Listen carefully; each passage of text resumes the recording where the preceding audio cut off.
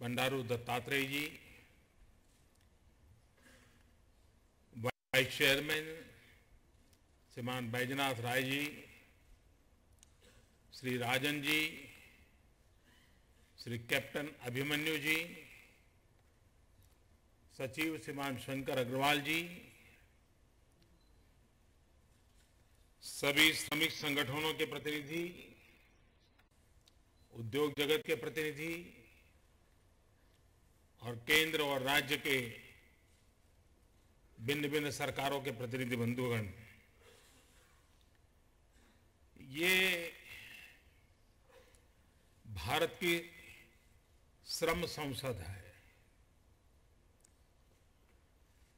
और एक लंबे अरसे से हमारे देश में त्रिपक्षीय वार्ता का सिलसिला चला है। एक प्रकार से ये त्रिपक्षीय वार्ता के 75 वर्ष पूरे हो रहे हैं। ये अपने आप में एक उज्जवल इतिहास है कि 75 साल का हमारे पास एक गहरा अनुभव है। उद्योग जगत, सरकार एवं श्रम संगठन गत 75 वर्ष से लगातार बैठ करके विचार विमर्श करके मत भिन्नताओं के बीच भी मंथन करके अमृत निकालने का प्रयास करते रहे हैं और उसी संजीवनी से देश को आगे बढ़ाने की कोशिश करते रहे हैं। और उसी कड़ी में आज ये श्रम संसद हो रहा है। हम सबके लिए प्रेरणा की बात है कि वो समारोह है जहां कभी बाबा साहब आंबेडकर का मार्गदर्शन मिला था। ये वो समारोह है जिसे कभी भारत के भूतपूर्व राष्ट्रपति श्रीमान विवेक गिरि जी का मार्गदर्शन मिला था। अनेक महानुभावों के पद से आज हम यहां पहुंचे। समय का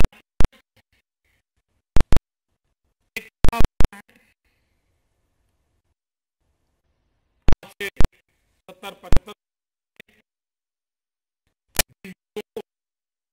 थी,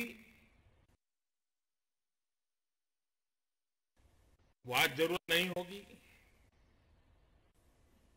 और आज जिन बिंदुओं को विचार करने की आवश्यकता है, हो सकता है 25 साल के बाद भी काम बाह्य हो जाए, क्योंकि एक जीवंत व्यवस्था का ये लक्षण होता है नित्य नूतन, नित्य परिवर्तनशील और अच्छे लक्ष्यों की पूर्ति के लिए एकत्र आके आगे बढ़ना। इस बात में कोई दुविधा नहीं है, इस बात में कोई मत मतांतर नहीं है कि राष्ट्र के निर्माण में श्रमिक का कितना बड़ा योगदान होता है। चाहे वो किसान हो, मजदूर हो, वो अनऑर्गेनाइज्ड लेबर का हिस्सा हो, और हमारे यहां तो सदियों से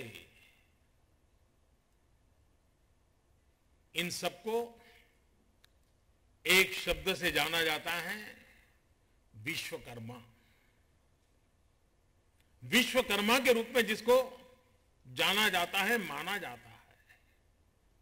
और इसलिए अगर श्रमिक रहेगा दुखी तो देश कैसे होगा सुखी।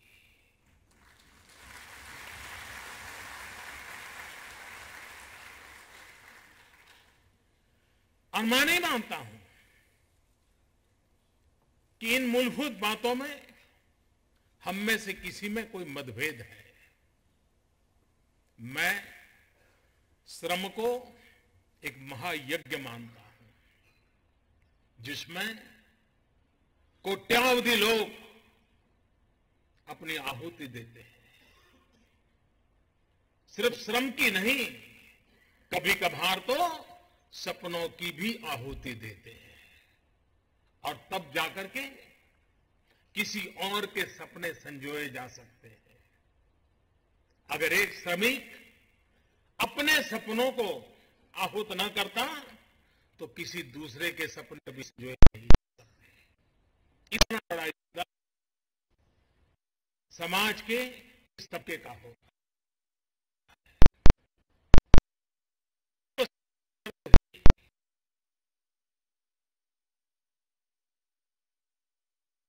आगे किस दिशा में जाना है, उस पर हमें आगे सोचना होगा।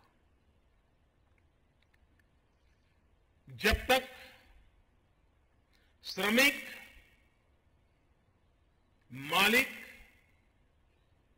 इनके बीच परिवार भाव पैदा नहीं होता है, अपनेपन का भाव पैदा नहीं होता है, मालिक अगर ये सोचता है कि वो किसी का पेट भरता है, श्रमिक ये कभी सोचता है कि मेरे पसीने से ही तुम्हारी दुनिया चलती है, तो मैं नहीं चलता हूं, कारोबार ठीक चलेगा। लेकिन अगर परिवार भाव हो, एक श्रमिक का दुख मालिक को रात को बेचैन बना देता हो, और फैक्ट्री का हुआ कोई नुकसान श्रमिक को रात को सोने न देता हो, ये परिवार भाव जब पैदा होता है, तब विकास की यात्रा को कोई रोक नहीं सकता।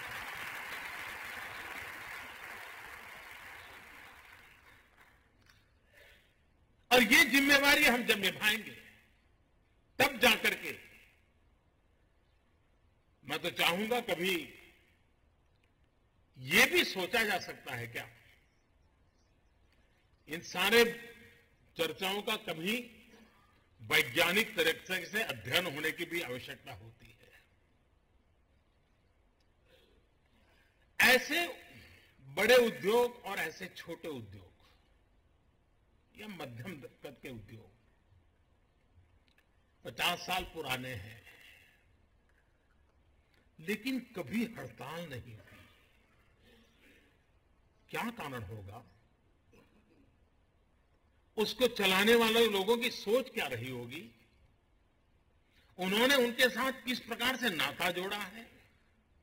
क्या हम आज नए उद्योगकारों को या एस्टैब्लिश उद्योगकारों को उनको ये नमूना दिखा सकते हैं कि हमारे ही सामने, हमारे ही देश में, इसी धरती में ये 50 उद्योग ऐसे हैं जो 50 साल से चल रहे हैं, हजारों की तादाद में श्रमिक हैं, लेकिन न कभी संघर्ष हुआ है, न कभी हड़ताल हुई है, न उनकी कोई शिकायत, न उनकी कोई शिकायत है। ये मंगलम माहौल जिन जिन इकाइयों में है, कभी उनको छांट करके निकालना चाहिए। और उस मंगलम का कारण क्या है? इस मंगल अवस्था को प्राप्त करने के उनके तौर तरीके क्या है? अगर इन चीजों को हम श्रमिकों के सामने ले जाएंगे, इन चीजों को हम उद्योगकारों के सामने ले जाएंगे, तो उनको भली भांति समझा सकते हैं। और मंगलम का जहां माहौल होगा, वहां यह भी नजर आया होगा कि सिर्फ श्रमिक का असंतोष है, ऐसा नहीं, वहां यह भी ध्यान में आया होगा कि उस उद्योग का विकास भी उतना ही हुआ होगा और उन श्रमिकों का विकास भी उतना ही हुआ होगा। जब तक हम इस भावात्मक अवस्था को आगे बढ़ाने की दिशा में प्रयास नहीं करते हैं, और जो सफल गाथाएं हैं, उन सफल गाथाओं को हम उजागर नहीं करते हैं, मैं नहीं मानता हूं कि हम सिर्फ कानूनों के द्वारा बंधनों को लगाते लगाते समस्याओं का समाधान कर पाएंगे। हां, कानून उनके लिए जरूरी है कि जो किसी चीज को मानने को तैयार नहीं होते हैं,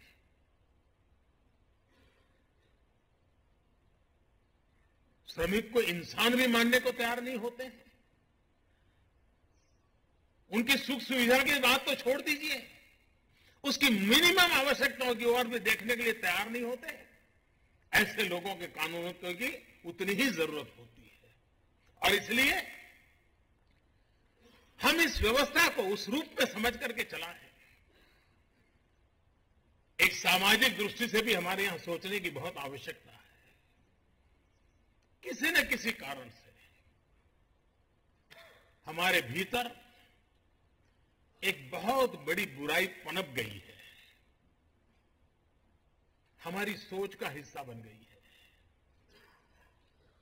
हर चीज को देखने के हमारे तरीके की आदत सा बन गया है। और वो है,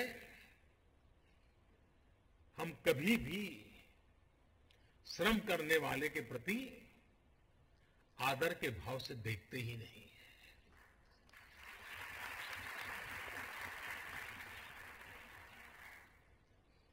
कोई बढ़िया कपड़े पहन करके हमारे दरवाजे की घंटी बजाए दोपहर 2 बजे, हम आराम से सोए हो, वो कोट पैंट सूट पहन करके आए और घंटी बजाए, तो हम नींद खराब हो गई होगी, दरवाजा खोलेंगे, जैसा ही उसको देखें, अरे आइए आइए, कहां से आए, कौन है, क्या काम था, बैठिए बैठिए। और कोई ऑटो रिक्शा वाले ने घंटी बजाई, पता नहीं चलता है। दोपहर 2 बजे हम सोते हैं, इस समय घंटी बजाते हो क्या? क्यों भाई, ये फर्क क्यों? ये जो हमारे सामाजिक जीवन की एक जो सबसे बड़ी कमी आई है, सदियों के कारण आई हुई है। लेकिन कभी न कभी डिग्निटी ऑफ लेबर, श्रम की प्रतिष्ठा, श्रमिक का सम्मान, ये समाज के नाते अगर हम स्वभाव नहीं बनाएंगे तो हम हमारे श्रमिकों के प्रति, जो कि उसके बिना हमारी जिंदगी नहीं है। अगर कोई धोबी बढ़िया सा आयन न करता तो मैं ये कुर्ता पहन के कहां से आता यहां पर। और इसलिए भरोसे हमारी जिंदगी है, उनके प्रति सम्मान का भाव, ये सामाजिक चरित्र कैसे पैदा हो, उसके लिए हम किस प्रकार से व्यवस्थाओं को विकसित करें। हमारे बच्चों की पाठ्य पुस्तकों में उस प्रकार के सिलेबस कैसे आए, ताकि सहज रूप से आने वाली पीढ़ियां हमारे श्रमिक के प्रति सम्मान के भाव से देखने लगे। आप देखिए, माहौल अपने आप बदलना शुरू हो जाए।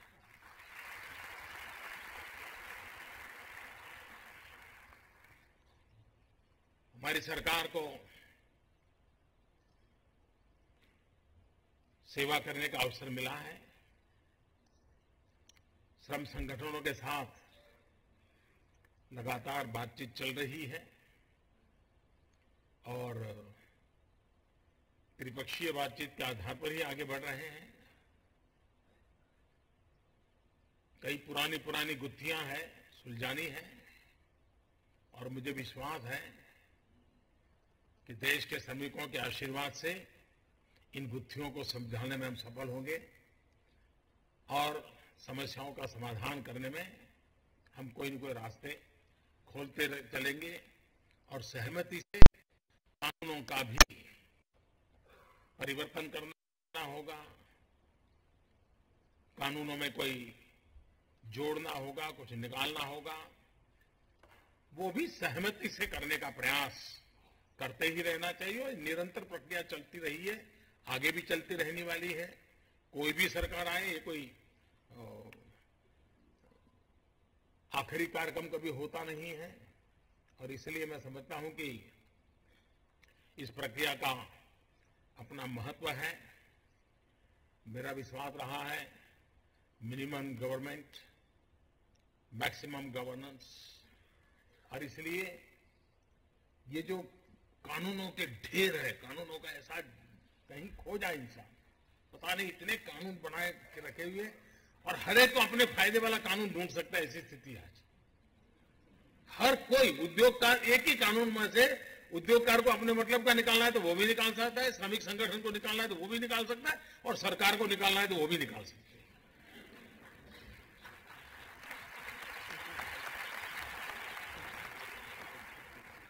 क्योंकि टुकड़ों में सब चीजें चलती रही है, टुकड़ों में।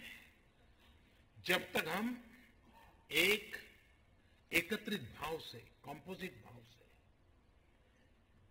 हमें जाना कहाँ है उसको लेकर के, और इसलिए मैंने एक कमेटी भी बनाई है कि जो इन सारे पुराने कानूनों को जरा देख रही है इसको सही कैसे किया जाए, और सच्चे अर्थ में जिनके लिए बनाए हैं कानून उनका लाभ हो रहा है या नहीं हो रहा है। वरना कोई और जगह पे ऐसा कानून बन के बैठा हुआ है कि जो इसको आगे नहीं जाने देता। अब श्रमिक कहाँ लड़ेगा, कहाँ जाएगा? वो क्या कोर्ट कचहरी में इतने बड़े महंगे वकील रखेगा क्या? और इसलिए मेरा ये आग्रह है और मैं कोशिश कर रहा हूं कि ये कानूनों का एक बहुत बड़ा जाल हो गया है, उसका सरलीकरण हो, गरीब से गरीब व्यक्ति भी अपने हकों को भली भांति समझ पाए, हकों को प्राप्त कर पाए, ऐसी व्यवस्थाओं को हमने विकसित करने की दिशा में हमारा प्रयास है और मुझे विश्वास है कि हम उसको कर पाएंगे। मैं कभी कभी उद्योग जगत के मित्रों से भी कहना चाहता हूं, और मैं चाहूंगा कभी हमारे इस फोरम में एक और पहलू पर भी हम सोच सकते हैं क्या, क्योंकि हमने अपने एजेंडे को बड़ा सीमित कर दिया है और जब तक उसका दायरा नहीं बढ़ाएंगे पूरे माहौल में बदलाव नहीं आएगा। कितने उद्योगकार हैं जिन्होंने अपने उद्योग चलाते चलाते ऐसा माहौल बनाया, ऐसी व्यवस्था बनाई कि खुद का ही काम करने वाला एक मजदूर आगे चल करके एंटरप्रेन्योर बना। कभी ये ऐसी तो खोज के निकालना चाहिए। क्या उद्योगकार का यही काम है क्या कि 18-20 साल की उम्र में जो उसके यहां आया वो 60 साल का होने के बाद किसी काम का न रहे तब तक उसी के यहां फंसा पड़ा रहे? क्या ऐसे माहौल को सिर्फ उसने बताया कि हाँ ठीक है वो मेरे यहां मजदूर के नाते आया था, लेकिन मैंने देखा कि भाई उसमें बहुत बड़ी क्षमता है, टैलेंट है, थोड़ा मैं उसको सहारा दे दूं, वो अपने आप में एक एंटरप्रेन्योर बन सकता है, और मेरी एक आध पुर्जा बनाएगा तो मैं खुद खरीद लूंगा जो मेरी फैक्ट्री के लिए जरूरी है, तो एक अच्छा एंटरप्रेन्योर तैयार हो जाएगा। कभी न कभी हमने सोचना चाहिए हमारे देश में छोटे और मध्यम या बड़े उद्योगकार कितने हैं कि जो हर वर्ष अपने ही यहां काम करने वाले कितने मजदूरों को उद्योगकार बनाया हो, एंटरप्रेन्योर बनाया हो, सप्लायर बनाया हो, तो बनाया, ये भी तो हिसाब लगाया जाए।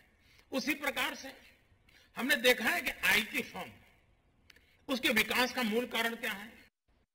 आईटी फर्म के विकास का मूल कारण यह है कि उन्होंने अपने एम्प्लॉय को यह कहा कि कुछ समय तुम्हारा अपना समय है, तुम खुद सॉफ्टवेयर विकसित करो, तुम अपने दिमाग का उपयोग करो, और ये मोटिवेशन के कारण सॉफ्टवेयर की दुनिया में नई नई चीजों को लेकर के आए, फिर वो कंपनी की बनी और बाद में जाकर वो बिकी, अवसर दिया गया।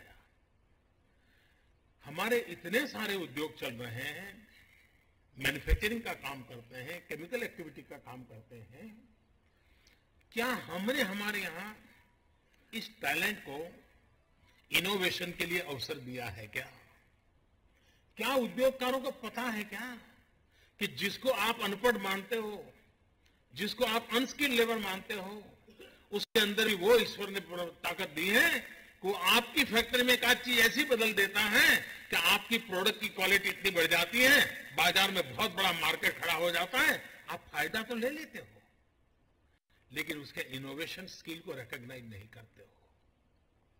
मैं मानता हूं हमारे उद्योगकारों ने अपने जीवन में, और सरकारों ने भी और श्रम संगठनों ने भी पूछना चाहिए कि कितने उद्योगकार हैं, कितने उद्योग हैं कि जहां पर इनोवेशन को बल दिया गया है, हर वर्ष से कम एक नया इनोवेटिव काम निकलता है क्या? हमारे यहां सेना के विशेष दिवस मनाए जाते हैं, आर्मी का, एयरफोर्स का, नेवी का, राष्ट्रपति जी, प्रधानमंत्री सब जाते हैं, एट होम करते हो। तो मैं पिछली बार जब हमारे सेना के लोगों के पास गया तो मैंने उनको कहा भाई ठीक है ये आपका चल रहा है कि यही चलाते रहोगे क्या? हम आते हैं 30-40 मिनट वहां रुकते हैं, चाय पान हो रहा है, चले जाते हैं। तो मैंने कहा मेरा एक सुझाव है, अगर आप कर सकते हो तो बोले क्या है साहब? मैंने कहा क्या फौज में ऐसे छोटे छोटे लोग हैं क्या? सिपाही होंगे, छोटे लोग होंगे, लेकिन उन्होंने काम करते करते कोई न कोई इनोवेशन किया है जो देश की सुरक्षा के लिए बहुत काम आता है। उसने नया आइडिया, क्योंकि वो फील्ड में है, उसको पता रहता है कि इसके बजाय ऐसा करें तो अच्छा होगा। मैंने ये कहा तो फिर हमारे आर्मी के लोगों ने ढूंढना शुरू किया। बहुत ही कम समय मिला था, लेकिन कोई 12-15 लोगों को ले आए वो। और जब उनके इनोवेशंस मैंने देखा, मैं हैरान था। सेना के काम आने वाली टेक्नोलॉजी के संदर्भ में, कपड़ों के संबंध में, इतने बारीक छोटी छोटी चीजों में उन्होंने बदलाव ला करके बताया था। अगर इसको हम मल्टीप्लाई करें तो सेना के कितना बड़ा काम आएगा, राष्ट्र की रक्षा के लिए कितना बड़ा काम आएगा। लेकिन उस आखिर इंसान की तरफ देखता कौन है जी? उसकी क्षमता को कौन स्वीकार करता है? मुझे ये माहौल बदलना है कि मेरे उद्योगकार मित्र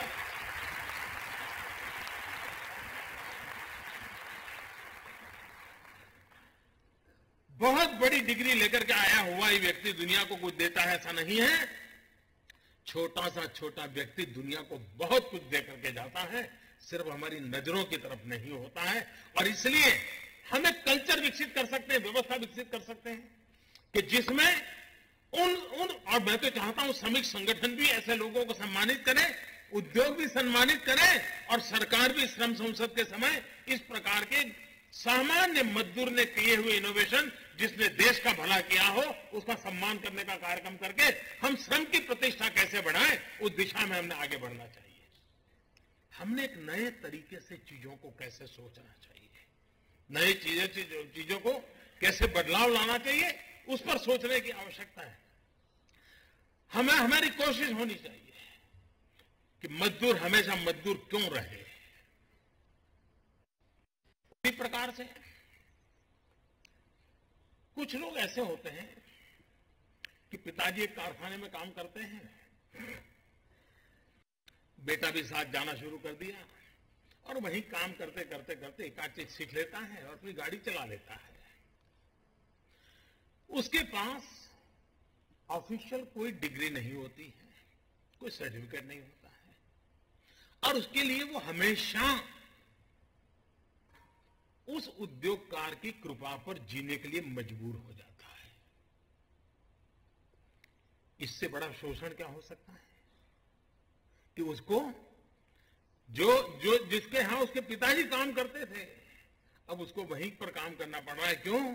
क्योंकि उसके पास स्किल है, लेकिन स्किल को दुनिया के अंदर ले जाने के लिए एक जो सर्टिफिकेट चाहिए वो नहीं है, तो कोई घुसने नहीं देता है, और वो भी कहीं जाने की हिम्मत नहीं करता है। उसको लगता है चलिए यही मेरे माँ बाप हैं, उन्होंने मेरे बाप को संभाला था, मुझे भी संभाल लिया, चलिए भाई जो दे मैं काम कर लूंगा। इससे बड़ी अपमानजनक कोई स्थिति नहीं हो सकती भाई। और इसको बदलने का मेरे भीतर एक दर्द पड़ा था, और उसी में से हमने एक योजना बनाई है। और मैं मानता हूं ये योजना श्रमिक के जीवन को, और मैं नहीं मानता हूं किसी श्रमिक संगठनों का कभी इस पर ध्यान गया होगा। कभी उसने सोचा नहीं होगा कि कोई सरकार, संवेदनशील सरकार श्रमिकों के लिए सोचती है तो कैसे सोचती है। हमने कहा कि जो परंपरागत इस प्रकार की शिक्षा पाए बिना भी चीजों को करता है, भले उसकी उम्र 30 हो गई हो, 40 हो, 50 हो गई होगी, सरकार ने उसको सर्टिफाई करना चाहिए, ऑफिशियल रिकॉग्निशन देना चाहिए, ऑफिशियल गवर्नमेंट का सर्टिफिकेट देना चाहिए, ताकि उसका कॉन्फिडेंस लेवल बढ़ेगा, उसका मार्केट वैल्यू बढ़ेगा, और वो एक उद्योगकार के यहां कभी अपाहिज बनकर के जिंदगी नहीं गुजारेगा। हमने ऑफिशियली डिसीजन लिया। कहने का तात्पर्य है कि हमने इन दिशाओं में सोचने की आवश्यकता है, हम बदलाव करने की दिशा में प्रयास कर रहे हैं।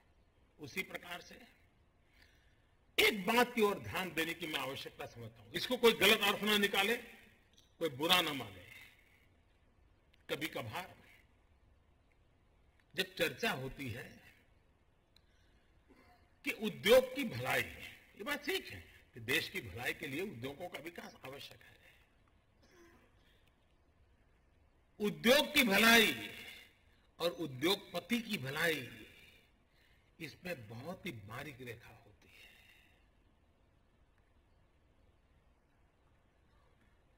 देश की भलाई और सरकार की भलाई, इसमें बहुत बड़ी बारीक रेखा होती है। श्रम संगठन की भलाई और श्रमिक की भलाई बहुत बारीक रेखा होती है।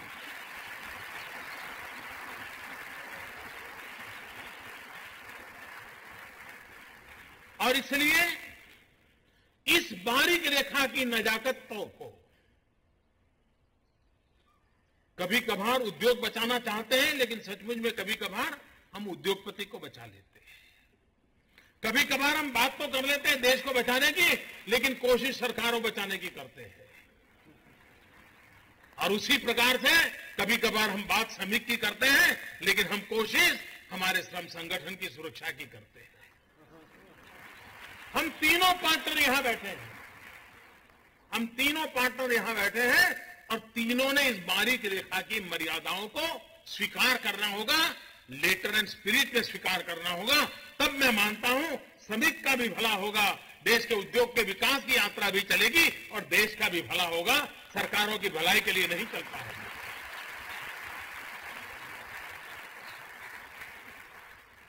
और इसलिए इन मूलभूत बातों की ओर हम कैसे मिल बैठ करके एक सकारात्मक माहौल बनाने के भी 10 कदम हो सकते हैं, श्रमिक की भलाई के 10 कदम हो सकते हैं, आवश्यक है तो राष्ट्र को आगे बढ़ाने के भी 10 कदम हो सकते हैं, वो भी उसके साथ साथ आना चाहिए। जब तक हम इन बातों को संतुलित रूप से आगे नहीं ले जाएंगे, तब तक हम माहौल बदलने में सफल नहीं होंगे। और मुझे विश्वास है कि आज की श्रम संसद में बैठ करके हम लोग उस माहौल को निर्माण करने की दिशा में आगे बढ़ेंगे। भारत में 65% जनसंख्या 35 साल से कम आयु की है। हमारा देश एक प्रकार से विश्व का सबसे नौजवान देश है। आज दुनिया को स्किल्ड वर्कफोर्स की आवश्यकता है। स्किल डेवलपमेंट और स्किल इंडिया, ये मिशन हमारे नौजवानों को रोजगार कैसे मिले। अगर हम जो आज रोजगारी में है या जो हमारे संगठन के सदस्य है, उनकी चिंता कर करके बैठेंगे तो हो सकता है कि उनके हितों का भी भला हो जाएगा, उनकी रक्षा भी हो जाएगी, 2-4 हम उनको दिलवा भी देंगे।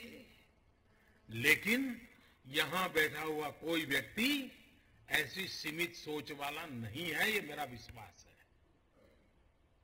यहां बैठा हुआ हर व्यक्ति जो आज श्रमिक है उनकी तो चिंता करता ही करता है, लेकिन जो नौजवान बेरोजगार है,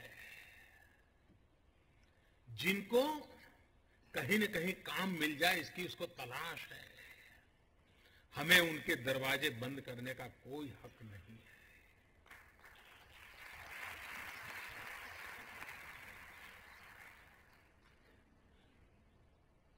जब तक हम हमारे देश के और नौजवानों को रोजगार देने के लिए अवसर उपलब्ध नहीं कराएंगे, तो हम जाने अनजाने में गरीब का कहीं नुकसान तो नहीं कर देंगे।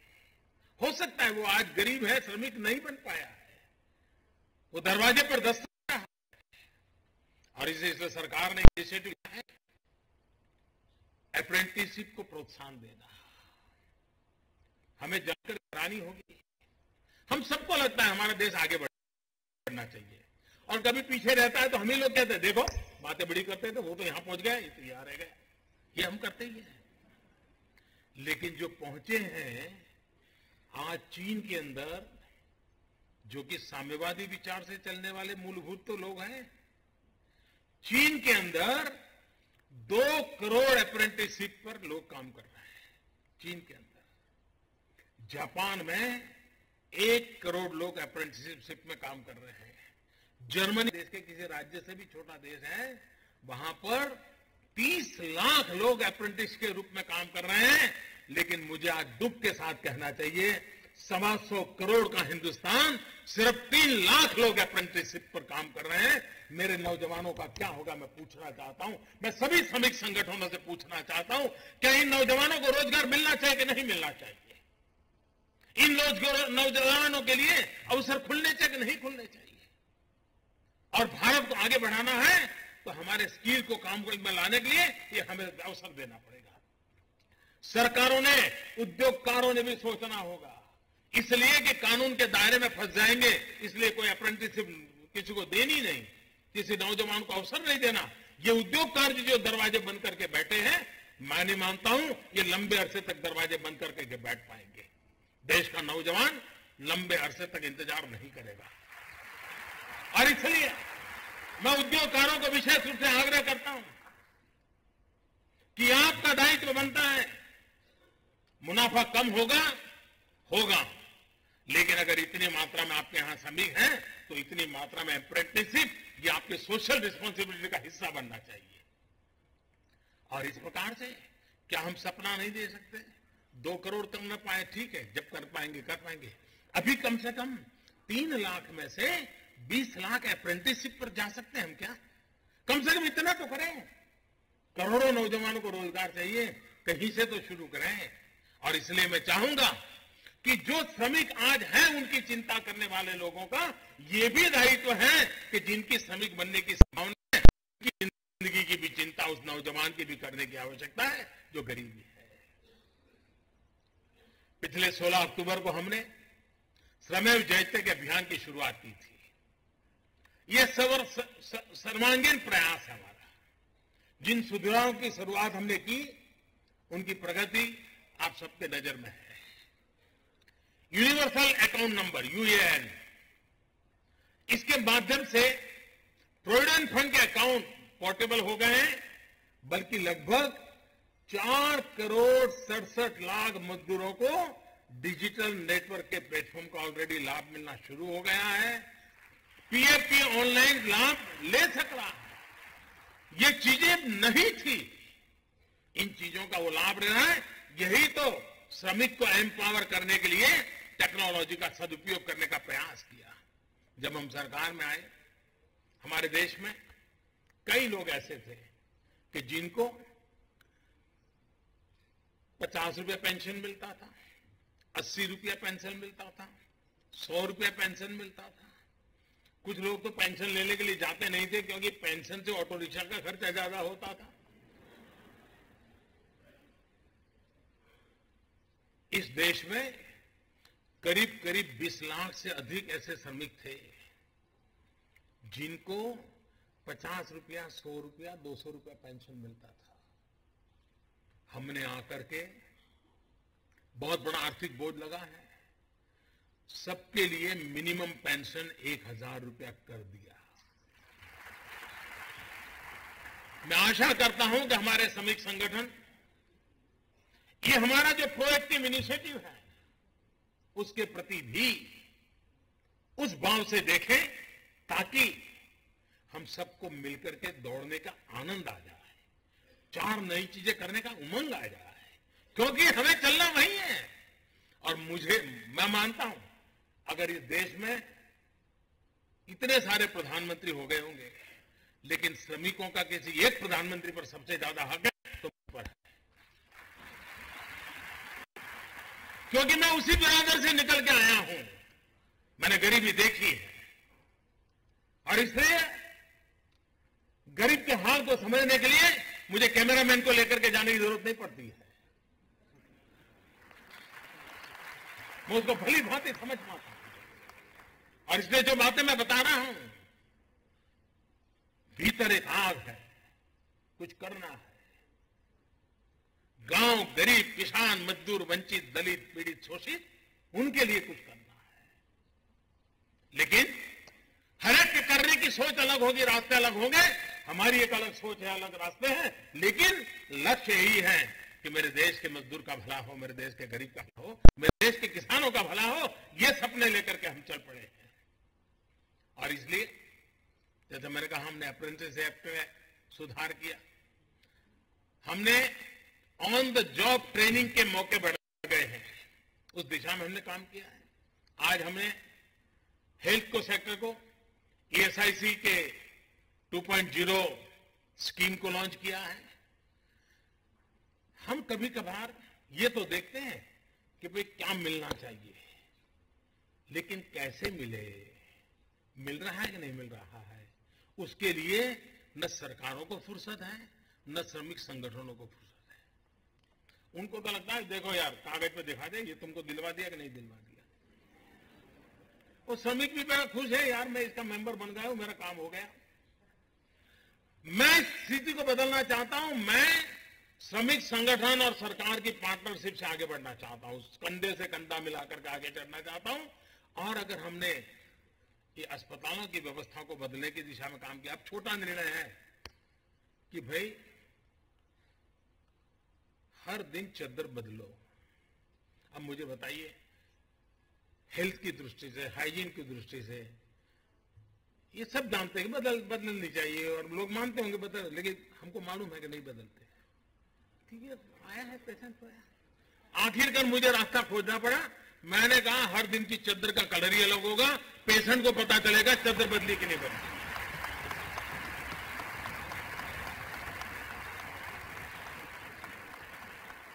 हमारे देश के बड़े बड़े जो विद्वान लोग हैं वो मुझे सवाल करते रहते हैं, मोदी कुछ बड़ा ले आओ, बड़ा। बहुत सरकारें बड़ा बड़ा ले आई, मुझे तो मेरे गरीब के लिए जीना है, गरीब के लिए कुछ काम करना है, इसलिए मेरा दिमाग इसी में चलता रहता है। यही मैं सोच, और मैं दिल से बातें कर रहा हूं कि ये हमने जो कई चीजों लाए हैं, हम चाहते हैं कि श्रमिक की हेल्थ को लेकर के चिंता होनी चाहिए, नहीं होनी चाहिए। और हमने उस दिशा में हमने एक तो उस सारे हेल्थ रिकॉर्ड ऑनलाइन कर दिए हैं, ताकि अब उसको अपना ब्लड टेस्ट का क्या हुआ, यूरिन टेस्ट का क्या हुआ, दुनिया भर में चक्कर नहीं काटना पड़ेगा, अपने मोबाइल फोन पर सारी चीजें उपलब्ध हो जाए, ये व्यवस्था की है ताकि श्रमिक को सुविधा कैसे हो। हम उस दिशा में काम कर रहे हैं और मैं मानता हूं उस काम के कारण उसको लाभ होगा। आज हमारे देश में असंगठित मजदूर कुल मजदूरों का 93% है। इस सरकार ने असंगठित मजदूरों के संबंध में बहुत ही कंस्ट्रक्टिव वे में और वेल प्लान वे में योजनाएं बनाई हैं और हम आगे बढ़ रहे हैं। सबसे बड़ी बात है, असंगठित क्षेत्र के मजदूरों को सामाजिक सुरक्षा कैसे मिले। न उसे स्वास्थ्य सुरक्षा है, न जीवन बीमा है और न ही पेंशन। और बड़ी संख्या में असंगठित ग्रामीण मजदूर अनपढ़ हैं, जिन्हें अपनी बात कहां कहना, कैसे पहुंचाना, इसकी जानकारी तक नहीं है। ऐसे मजदूर के लिए सामाजिक सुरक्षा उपलब्ध करवाने में सरकार का उत्तरदायित्व मानता हूं। देश के गरीब असंगठित वर्गों को ध्यान में रख करके हमने 3 महत्वपूर्ण योजनाएं, और ये योजनाएं गरीब के लिए है, अमीर का उससे कोई लेना देना नहीं है। और मैं मानता हूं सभी श्रमिक संगठनों से मैं आग्रह करूंगा कि आप भी इस बात में मदद कीजिए।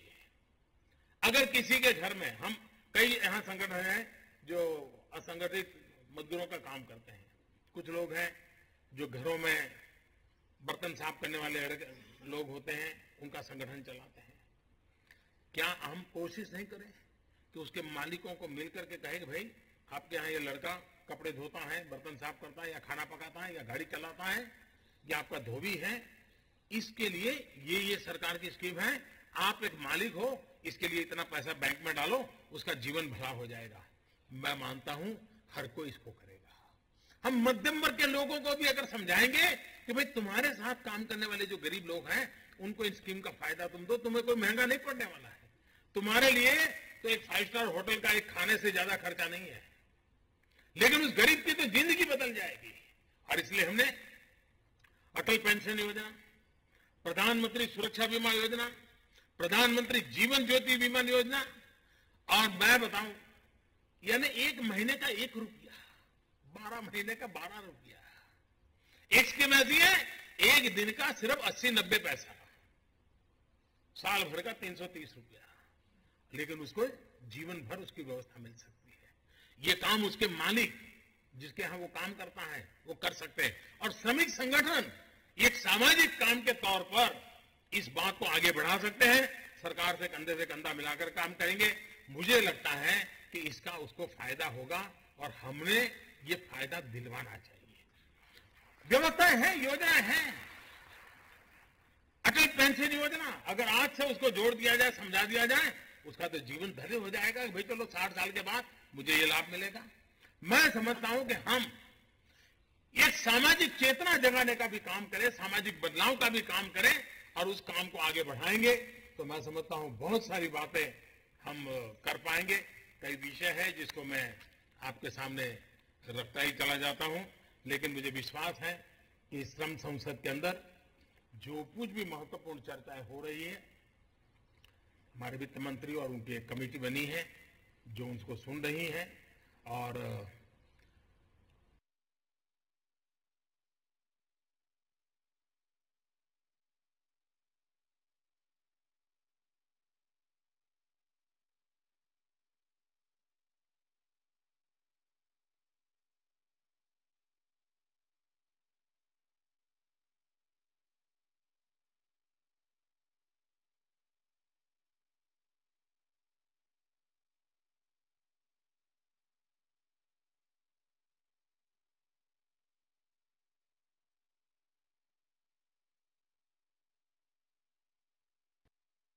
उस मौका अगर हमने खो दिया तो फिर पता नहीं हमारे हाथ में कब मौका आएगा और उस काम को लेकर के आगे बढ़े।